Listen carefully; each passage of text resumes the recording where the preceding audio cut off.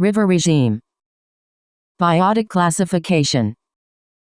There are several systems of classification based on biotic conditions, typically assigning classes from the most oligotrophic or unpolluted through to the most eutrophic or polluted. Other systems are based on a whole ecosystem approach, such as developed by the New Zealand Ministry for the Environment. In Europe, the requirements of the Water Framework Directive has led to the development of a wide range of classification methods, including classifications based on fishery status. A system of river zonation used in francophone communities divides rivers into 3 primary zones.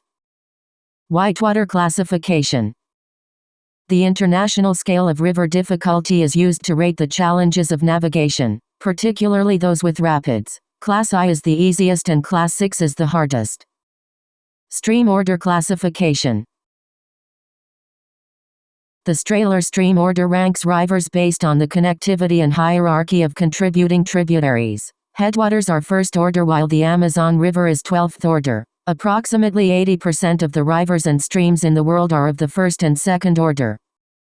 In certain languages, distinctions are made among rivers based on their stream order. In French, for example, rivers that run to the sea are called fleuve, while other rivers are called rivière. For example, in Canada, the Churchill River in Manitoba is called La Rivière Churchill as it runs to Hudson Bay, but the Churchill River in Labrador is called Le Fleuve Churchill as it runs to the Atlantic Ocean. As most rivers in France are known by their names only without the word rivière or fleuve, one of the most prominent rivers in the Francophonie commonly known as fleuve is Le Fleuve Saint-Laurent.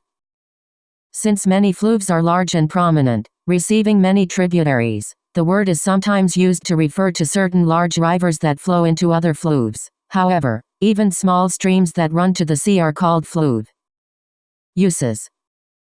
Rivers have been a source of food since prehistory. They are often a rich source of fish and other edible aquatic life, and are a major source of fresh water, which can be used for drinking and irrigation. Rivers help to determine the urban form of cities and neighborhoods, and their corridors often present opportunities for urban renewal through the development of foreshoreways such as river walks. Rivers also provide an easy means of disposing of wastewater and, in much of the less developed world, other wastes.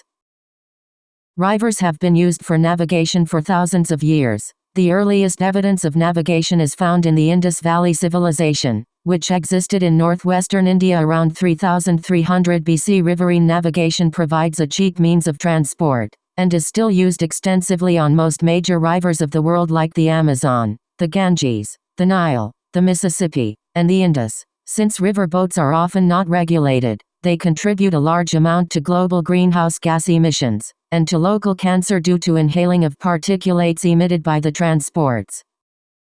Rivers have been important in determining political boundaries and defending countries. For example, the Danube was a long-standing border of the Roman Empire, and today it forms most of the border between Bulgaria and Romania. The Mississippi in North America and the Rhine in Europe are major east-west boundaries in those continents. The Orange and Limpopo rivers in southern Africa form the boundaries between provinces and countries along their routes.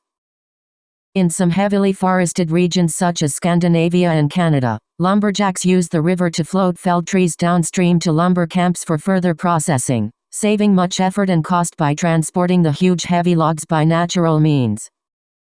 Fast-flowing rivers and waterfalls are widely used as sources of energy, via watermills and hydroelectric plants. Evidence of watermills shows them in use for many hundreds of years. For instance, in Orkney at Downby Click Mill, prior to the invention of steam power, watermills for grinding cereals and for processing wool and other textiles were common across Europe. In the 1890s, the first machines to generate power from river water were established at places such as Cragside in Northumberland, and in recent decades there has been a significant increase in the development of large-scale power generation from water, especially in wet mountainous regions such as Norway. The coarse sediments, gravel, and sand, generated and moved by rivers are extensively used in construction. In parts of the world this can generate extensive new lake habitats as gravel pits refill with water. In other circumstances it can destabilize the riverbed and the course of the river and cause severe damage to spawning fish populations which rely on stable gravel formations for egg laying. In upland rivers, rapids with whitewater or even waterfalls occur. Rapids are often used for recreation, such as whitewater kayaking. Ecosystem. The organisms in the riparian zone respond to changes in river channel location and patterns of flow. The ecosystem of rivers is generally described by the river continuum concept, which has some additions and refinements to allow for dams and waterfalls and temporary extensive flooding. The concept describes the river as a system in which the physical parameters, the availability of food particles and the composition of the ecosystem are continuously changing along its length. The food that remains from the upstream part is used downstream.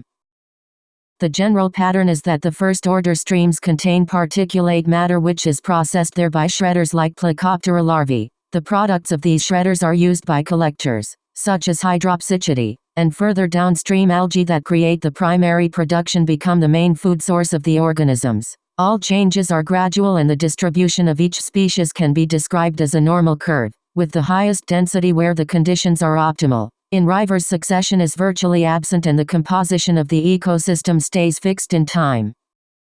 Chemistry.